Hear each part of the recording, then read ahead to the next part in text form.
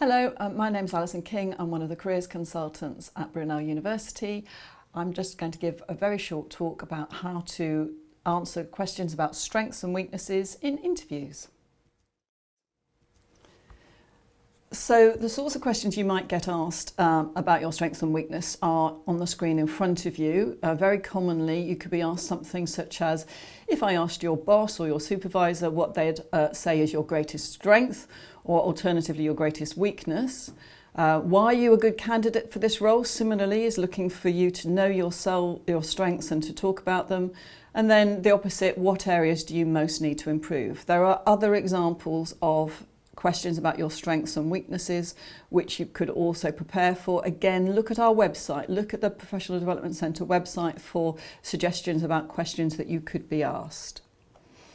So let's have a look at what's your greatest strength question. Now, this one probably is the easier one of the two. Hopefully we should all have some idea of what we are good at. But don't pick something that's not relevant to the job. So for example, you could say that you're the greatest singer in the world, but in fact, if you don't need to sing as part of the job, that's irrelevant. So look at the job description, understand the job for which you're being interviewed, and pick a quality or a skill that would be really helpful for that job. If you're not sure, this is a really good thing to do before you go for an interview. Ask your friends, ask your colleagues what they think your strengths in the workplace are. It's a really good way to boost your confidence as well before you go for an interview, to have your friends saying, oh, you're a brilliant team worker. We really like working with you in a team, for example. So think about formal feedback you've had from managers. And then when you do pick your strength, provide concrete proof of that. So you can't just say, I'm brilliant at teamwork, for example. You must try and give a precise example of when you have used teamwork really, really well. Use one example. Other videos in this series talk about the STAR technique, and this is a good opportunity for you to use the STAR technique to give concrete proof of your skill or your strength. And then try and give a measure of success, facts or figures, quantitative evidence, things that involve numbers, such as I raised £1,000 in this particular charity fundraising event, for example. And recognition from others. As I said previously, think about formal reviews you've had of your work, perhaps on placement, perhaps as part of your part-time job. And if others have written down something very positive about it, about yourself and your skills, or you've been given an award, for example, for being the most successful salesperson in the team for a particular week or month. Try and give those quantitative or qualitative evidence of success for your strength.